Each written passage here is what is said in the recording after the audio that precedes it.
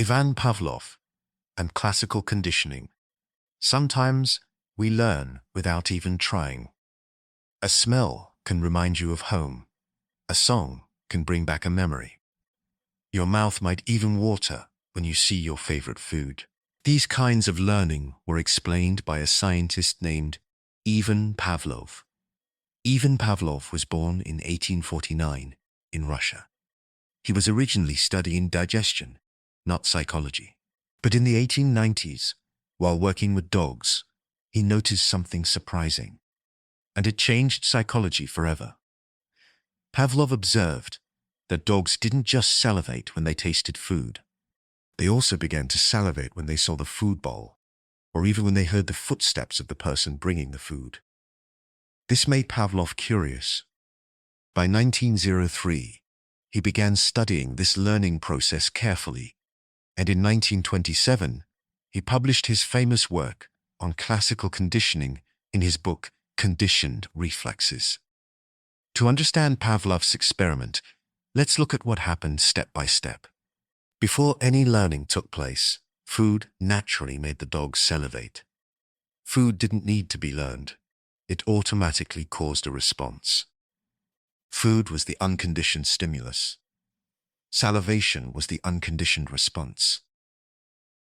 Next, Pavlov introduced a neutral stimulus, a bell.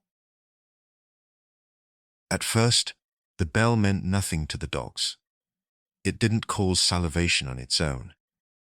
Then Pavlov began pairing the bell with the food. Every time the dogs were given food, the bell rang just before it appeared.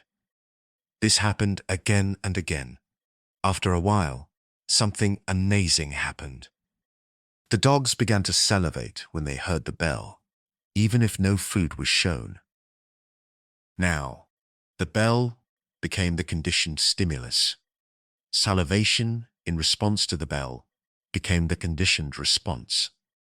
The dogs had learned a new association. Pavlov called this learning process classical condition, learning by forming a link between two things that happen close together in time.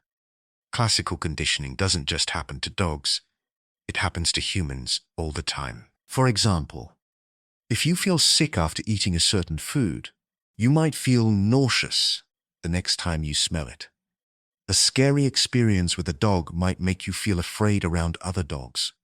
A happy song played during fun times might make you feel good whenever you hear it. Pavlov also discovered other important ideas. He found that conditioned responses could fade away if the bell was rung many times without food. This is called extinction.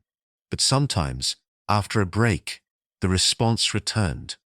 This is called spontaneous recovery. Pavlov's work had a huge influence on psychology.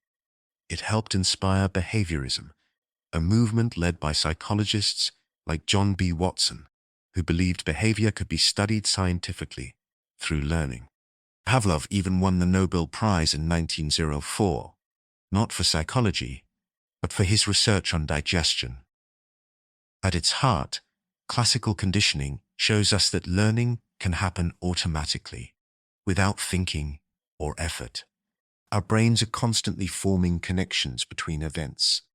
So, the next time a sound, smell, or place triggers a feeling or reaction, remember this.